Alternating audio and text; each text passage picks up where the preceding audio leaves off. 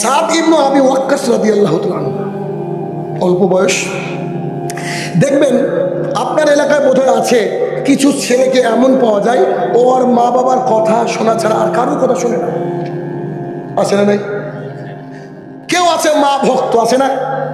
মানে বড় হয়ে গেছে তাও আর মাকে বলছে আম্মু মা বাপ বাজারে যাব, বউ বলছে পটল আনতে আনবো। এরকম সন্তান থাকে দুনিয়াতে।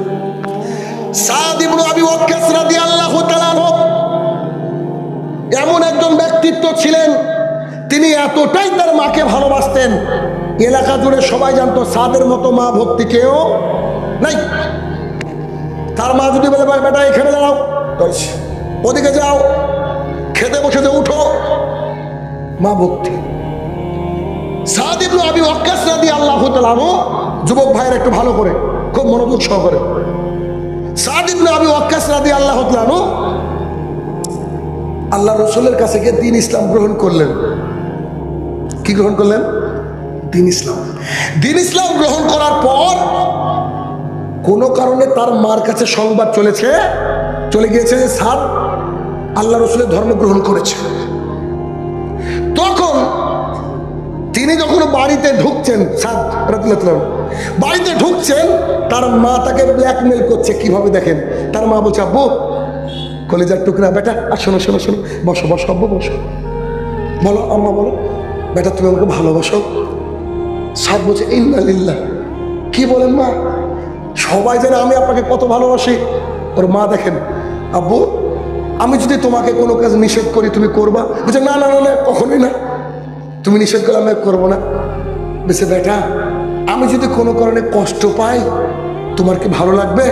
বলছে না মা, তুমি তো এত বড় করেছো, তুমি তো দেখেছো তোমার কষ্ট আসলে আমার চোখ দিয়ে আগে পানি বেরিয়ে যায়।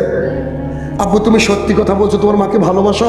তখন সাদ রাদিয়াল্লাহু তাআলা বুঝতে পারেনি। তিনি বলছে তোমার কি হয়েছে আম্মু, তুমি তো এভাবে কথা বলো না, এমন করে কেন কথা বলছো? আমি নিশ্চিত আমি আমার জীবনের চেয়ে তোমাকে বেশি ভালোবাসি।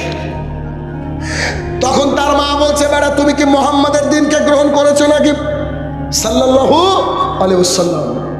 তো বলছে জি। তখন তার মা তাকে বলছে বেটা ধর্মকে ত্যাগ করো। কি করো?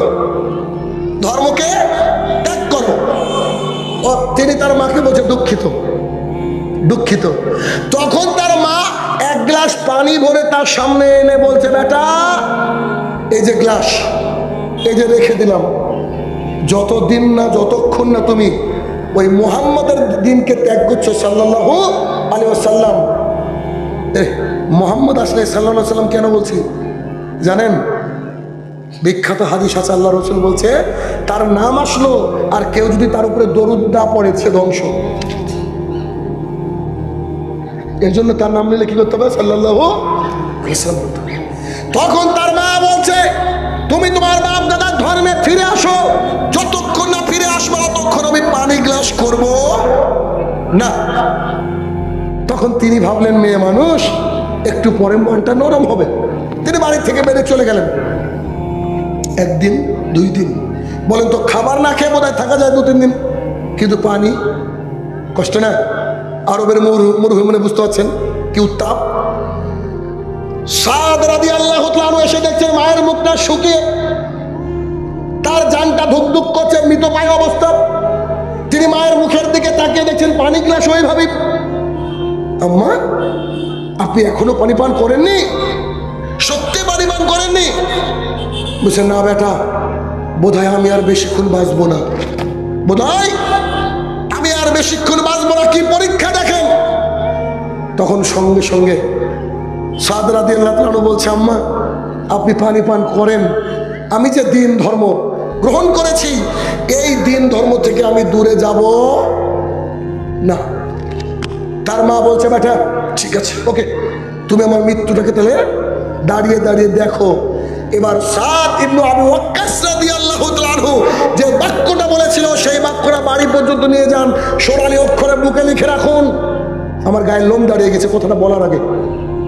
সাদ ইবনে আবি ওয়াক্কাস রাদিয়াল্লাহু তাআলা তার মাকে বলছে আম্মা আপনার মতো আল্লাহ তাআলা যদি আমাকে 100টা মা দান করে অথবা আপনার ভেতরে যে জান আছে একটা, এরকম আল্লাহ যদি 100টা জান দেয়, আর প্রত্যেকটা জান যদি তৃষ্ণার অভাবে, তৃষ্ণার কারণে ছটপট ছটপট করতে করতে আমার সামনে মরে যায়, একটা মা মরে গেল, আরেকটা মা মরে গেল, আরেকটা মা মরে গেল, 100টা মা মারা যায়, তবুও আমি আমার ধর্ম থেকে ফিরবো না। This is the test of ঈমান। এটাই বোঝাতে চাইছি এতক্ষণ ধরে, ঈমানের স্বাদ কাকে বলে। বুঝতে পেরেছেন? সাদ ইবনে আবি ওয়াক্কাস রাদিয়াল্লাহু আনহু বুখারীর হাদিস দুঃখ করে বলছিলেন একদিন, আমি হচ্ছে 7ম দিন গ্রহণকারী, 7 নম্বর, প্রথম থেকে 7 নম্বর দিন গ্রহণকারী। আমি দিন গ্রহণ করার পরে এত অভাব হয়েছে, আমার মা আমাকে খেতে দেয়নি, আমি বাবলা হুবলা গাছের পাতা খেয়ে খেয়ে জীবন ধারণ করেছি। একদিন মাঠে পায়খানা করতে গিয়ে দেখছি ছাগলে যেমন করে পায়খানা করে আমার পায়খানা তেমন। তবু আমি দিন থেকে বলেন ফিরে আসে। ঈমান কাকে বলে? ঈমানটা কত দামি ছিল। আর আপনার আমার ঈমান ভোটের আগে একটা শাড়িতে বিক্রি হয়ে যায়। আপনার আমার ঈমান মানুষের যখন জমির আল কাটি তখন বিক্রি হয়ে যায়।